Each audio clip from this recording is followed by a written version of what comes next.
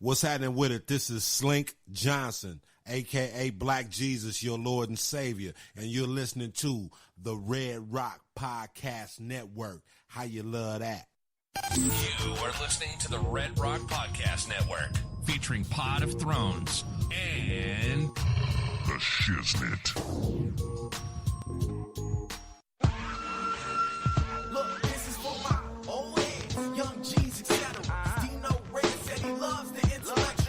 Yes, he never hesitates. I can rap whatever, bro. I'm only in first gear, but still way ahead. Living in the cold world full of that nonsense. Drug heads, teen moms, day-to-day violence. Fiends at the corner, panhandle for bottles. 12-year-olds running around with pistols and hollows. Fuck my conscience, but still I do. I know right from wrong, but my decisions is stupid. My generation is crazy, and the media proof. Ignorance is bliss, and we is illy influenced. And that's why I'm here. Old soul kicking brand new flavor in your ear. Rapper of the year. This is the Red Rock Podcast Network. From Red Rock Studios in Los Angeles, California, this is the Shiznit. Now, put your hands together for the Shiznit. Hey, welcome back to another episode of the Shiznit Show. I am your boy. I am your host, Dino Red, and I have with me, as always, my ride or die, Miss Dijon Monique. What's up, world? It's your girl.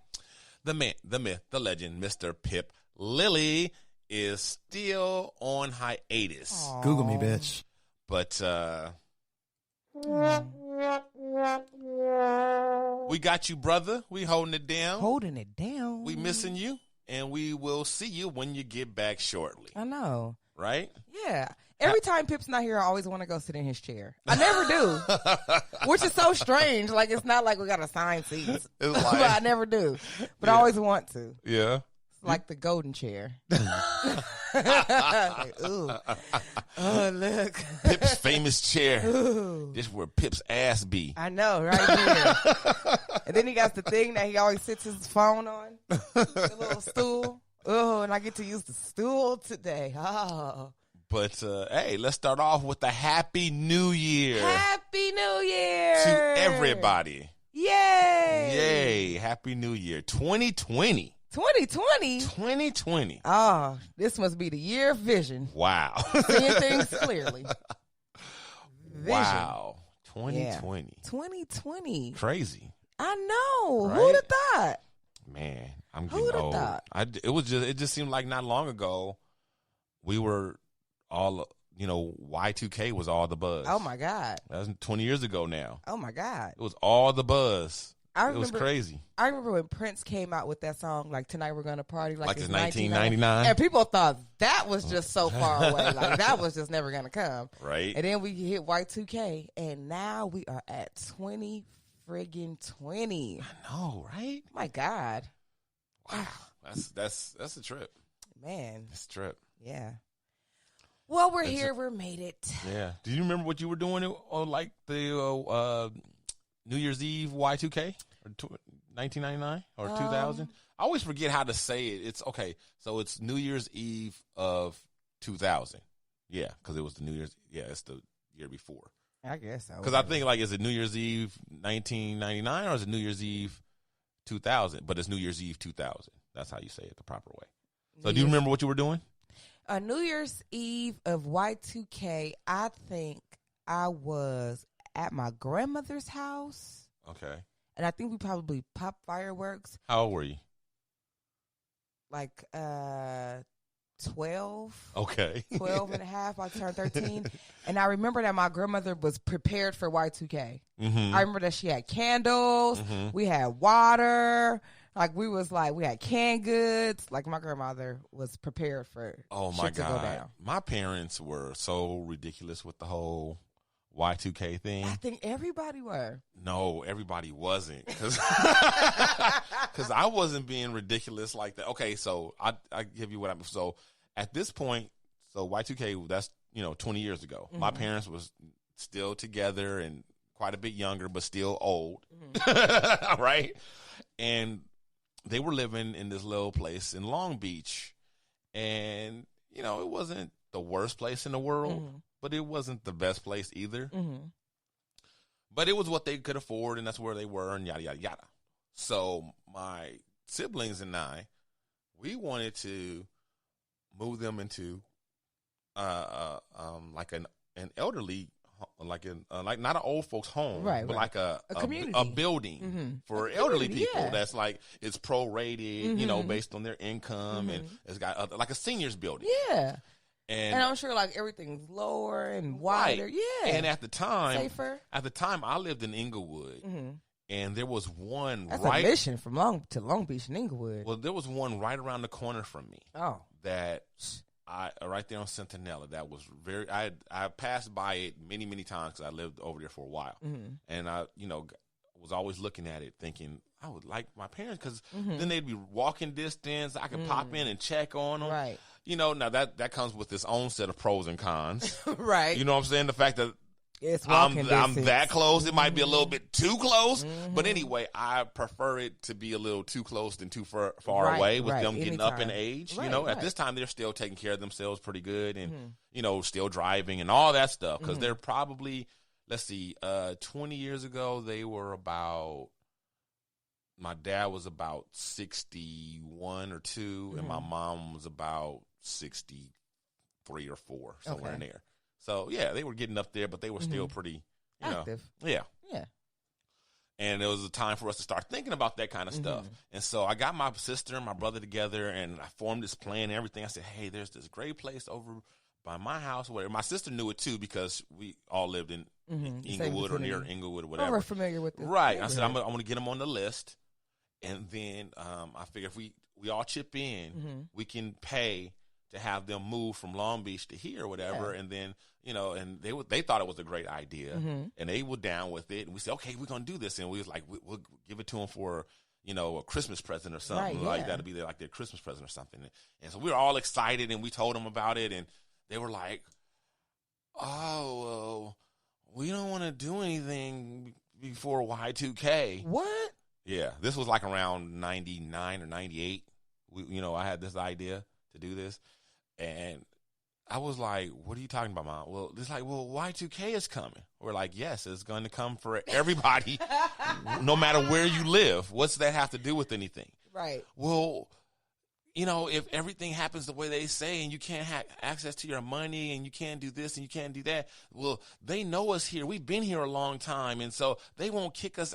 I'm like, Mom, if Y2K does go down like that, it's going to happen to everybody. Everybody. They won't be able to pay their rent. Right. You know what I'm saying? Whoever the manager is. Right. You know what I'm saying? So people aren't going to get kicked out of it. That's not how it's going to work. Right. You know what I mean? Because it's going to affect everybody. Rent is done. Right. Nobody gets rent ever again. I was like, but it's probably, they're going to figure it out. It's not going to be the disaster that everybody, these are fear mongers and conspiracy theorists that are, promoting all this fear, in people, because people get off on that. But it's not going to be like that. Well, you don't know. I'm like, yes, I don't know. But what I do know is that your children are willing and able to do this for you and want to do this for you. And it would be better for you. It would be better for you guys and us. Yeah. Instead of coming all the way to Long Beach, it'd be easier to go to Inglewood, and you guys would, when you needed us, you would have us faster. Exactly. There's no reason. More help, Yeah, there's no reason not to do it. And they wouldn't. They was like, so, I mean, we could have made them do it, but, like, who wants to do that? You know what I mean? So we're not trying to force them. Then that's like resentment in your older age parents. Who wants to do that? Exactly. So that was one of the things I remember most about the whole Y2K thing, and it kind of sucked. And so they ended up staying there until... Y2K. What happened? Yeah, Y2K came and nothing happened. Meanwhile, they were stuck in this raggedy place where they could have upgraded. Right. They could have had a nicer place with cheaper rent and all that. So they ended up staying there until they were no longer able to care for themselves and came to live with us. And at that point, we had to split them up because nobody had room for both. So I was still in an apartment at this time. I hadn't even bought this house yet. My sister took my mom because she was like the worst off of the two, and then we were like like kind of between the part-time nurse they had, we were like going out there and taking shifts on weekends, staying out there, and it was hard. Yeah, that's hard. It took a while, and then finally I bought this house. And as soon as I bought this house, like a month later, my dad moved in. Yeah. You know, so they basically was, you know, my sister was actually trying to like, oh, you should just move them into where you are now. I'm like, that doesn't make any sense. It makes no sense because number one, there was stairs. There was no room downstairs. The apartment wasn't big enough for us, which was why we were trying to buy the house. Right. You know, when we first started the process, Danya wasn't born. Right. We were pregnant with her. My wife was pregnant with her. And then before we ended up buying the house, Danya was born. Wow. And a lot of Danya's stuff, like Danya's crib, it was a 2-bedroom apartment. It was a decent sized apartment, but we just outgrew it. It was you know, over 1,000 square feet or whatever. It was 2 bed. My wife had all her sewing stuff in the second room. Our first room was, you know, the room we slept. Bedroom, so we had Danya's bed in there with us, but all of her clothes and stuff, we had like little, kind of like all these little, I don't want to call them Tupperware, but kind of like storage type containers from Target and stuff. Yeah, like the bins. Yeah, like exactly. That's it, bins. We had storage bins for Danya's clothes. That was her dresser and stuff. It was downstairs in the living room with, you know, bins of baby boxes clothes. and boxes of diapers and baby clothes and all that stuff. So there was no room for that to make any sense. Like, so we're going to take all that, my wife's stuff, put it in storage, put him upstairs where he can't get up and down the stairs. He's stuck upstairs.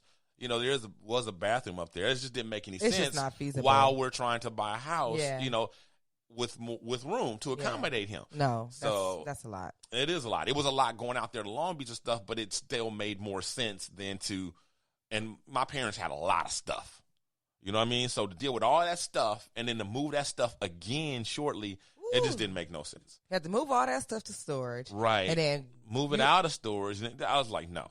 Then you're still in the process of buying a house on top of all that. Right. That's a lie. Y2K drove people insane. It did. We had all these influx of candles in my house after Y2K. That's what I remember. Really? Yes. What were the candles for? Because my grandmother had loaded up on candles and water and canned goods because she thought it was going to be no electricity. Oh, right. Okay, so candles were for, okay. So now we have all these candles around.